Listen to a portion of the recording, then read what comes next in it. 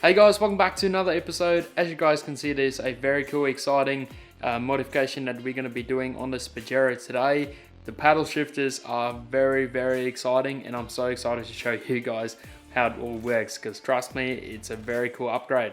It's also available on the website from today on, so make sure to jump on it if you're interested. So yeah, without further ado, let's get into it. Right guys, so here we have it. This is, as you can see, a plug and play kit, so very easy to install. I'll run you through everything you need to know, but first up, what you got to do is disconnect the battery. So as you can see, it is off both sides, and make sure there's no contact because we're going to be working with the airbag today, so you want to make sure that's at least off for 20 minutes before you start. So let's get into it. Righto guys, so before we get into the install, there's two major things that you need to do. So like I mentioned, make sure your battery is disconnected for at least 20 minutes because we're going to now work with the airbag, and you don't want that to deploy in your face, right? The next thing is also to have all the appropriate tools before you tackle this job, because you don't want to get halfway through and then you realize you don't have a tool, and then you got to put everything back together. Right, so the major tools that you will need is some screwdrivers, pliers, a flat file tool, or some sandpaper as well will work, a socket wrench 17mm, a spanner that is 10mm for the battery, heavy duty scissors or any scissors that can cut through the plastic, a long size Torx, a T30. It doesn't have to be too long, but it's going to be in a tricky spot, so it will help having a extension, right? It's also important to have safety goggles and gloves. Unfortunately, I don't have that, but I'm pretty confident in this job because I've done it before. If you want to be safe, please do that.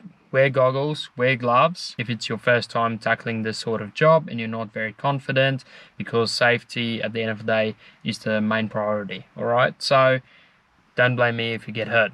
I told you to be safe, right? Alright, so let's get into it. We first gonna be disassembling this whole center console, and then we're gonna focus on the steering wheel. So without further ado, let's get into the center console.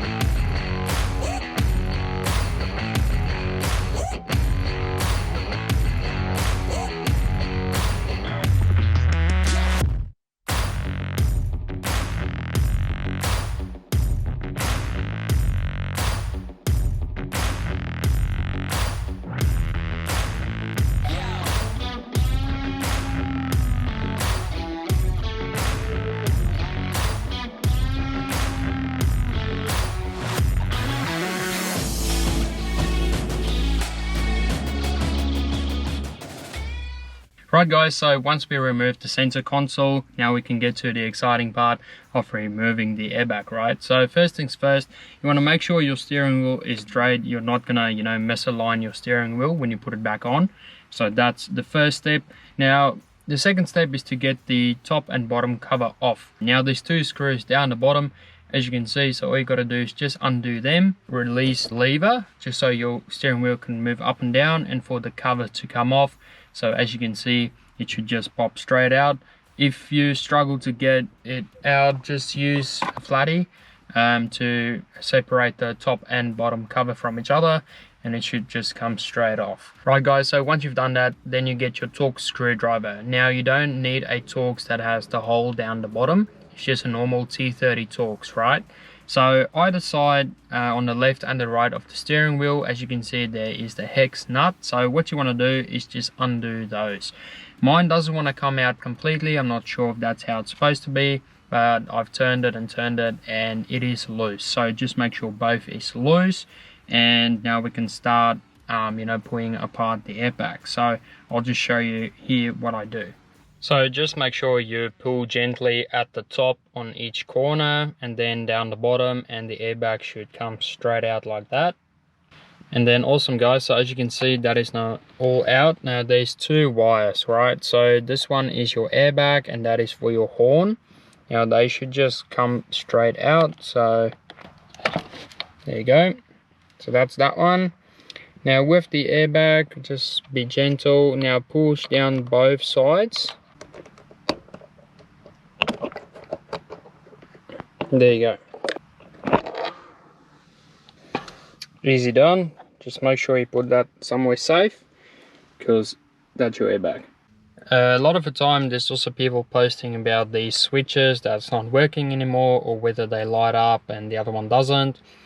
That's basically where you fix it, right? So that screw there and that screw there is where the switches go. So just make sure they're nice and clean. Otherwise it's the clock spring which will be behind this, which we'll get to in a minute. But anyway, so now we're going to take off the steering wheel. Okay, so just make sure you get a torque wrench or a nice wrench that will get this bad boy off.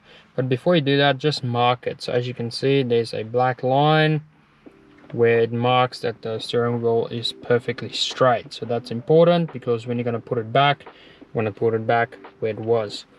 So let's do that now.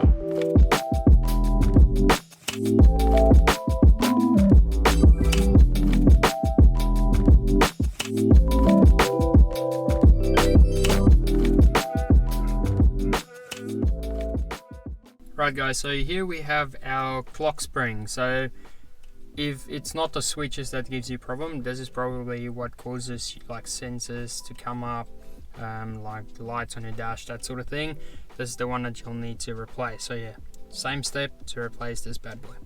Anyway, so now let's get to the fun part, which is installing the paddle shifters, right? So what you want to do is loop them through, and they should sit nice and flush. And they do provide 2 screws, so as you can see, they just need to go there and there. So let's quickly do that.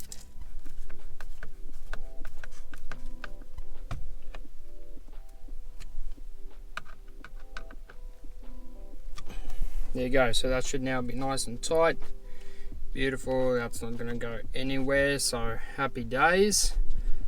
Let's now go from there. Right guys, so one of the easiest ways then to feed the cable through from the paddle shifter, so it's just that one there. Just make sure you remove this panel that usually sits there. Just one screw out and you'll be able to stick your hand in there so you can feed it through there. So you see that plug right there? That's the one we need to connect to, right? So the easiest way to remove that one is just use a small screwdriver. Just press onto that button right there and then just click it out. There you go.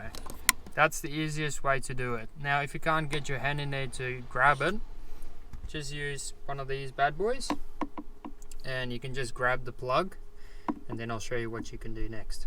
So this is the plug from the paddle shifters, and now this is the one that I just unplugged. So obviously what you just now need to do is to connect that one to this one. There you go. Alright, so that is clicked in, and then this one now needs to go back down there. So just make sure you work very carefully, don't break that selector. So just put everything back in there. Well, there you go, that is now all plugged in. So it just takes a bit of maneuvering with your hands, but yeah, definitely use this tool as well, just to line the plug up and then push it in, and then just use your finger to tap it in, and there you go. So that's all plugged in. You can put that panel back, and yeah, that is all wired up now. So now I guess we just gotta cut some holes, because the paddle shifters now need to go into that plastic. So yeah, let's go check it out. Right guys, so this is where the fun comes in of cutting the bottom plastic piece. So here's what I've done. I've basically measured, and as you can see down the bottom, I just went with the line just to make sure it looks a bit more factory. So what I'm going to use is just a pair of scissors. Just going to cut it out and use some sandpaper just to file it, just so it's nice and smooth. By the way, there's also a manual that comes with the kit, so if you're ever in strife, just refer back to the manual. It's got super in detail steps, so if I'm going too fast today, just make sure to refer back to the manual and you'll be right. But yeah, let's do this side first and see how we go, testing it on the paddles and see if there's enough clearance. Alrighty guys, so as you can see, that is now all in. Make sure the top clips in with the bottom and it's all good. Right, and as you can see, that's now the holes cut, so it turned out alright. It's not too bad at all. You're not going to get it perfect. I mean, on this side you can probably, you know, make it a bit shorter and go up, but yeah, nonetheless, that is all good as long as it now clips or flicks.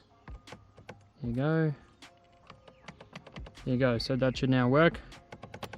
So now it's just a matter of putting it back, and yeah, it should be good.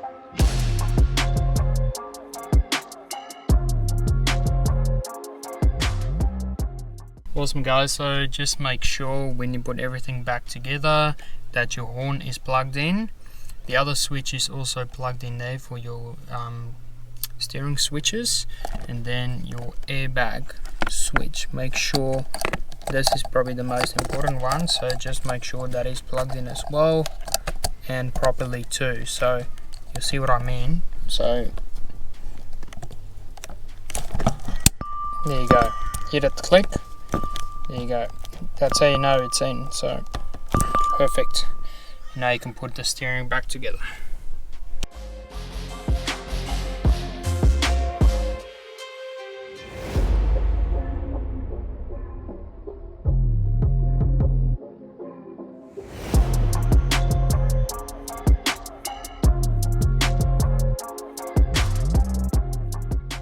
Guys, so when you put back this one as well, just remember to plug back that one over there.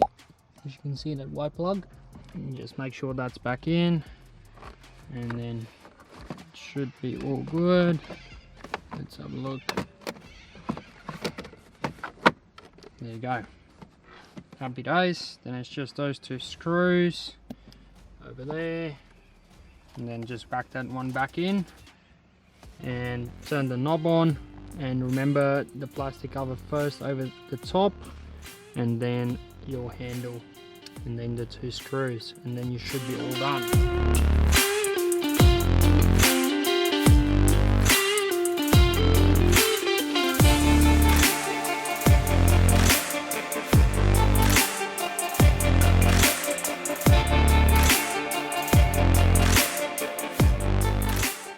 Awesome guys, we are truly done and dusted, so everything is back together. That panel over there, make sure to put this panel back as well, and the two screws. Personally, I freaking love it. Look at that, that looks amazing. We'll test it out just in a second.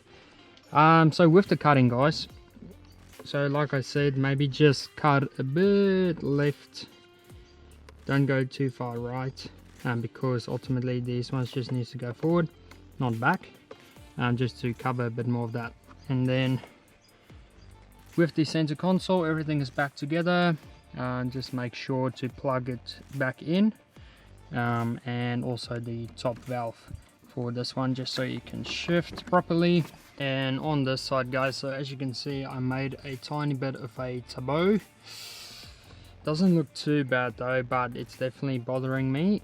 So yeah guys, I mean, there is instructions on the manual how to cut it, but I would probably, yeah, don't cut too much left, just so you can basically just go straight up and try and avoid as much of that poking through, because I don't like that. Luckily it's an easy fix. I reckon what I'll do is I'll just buy one of these bottom covers at a rec yard.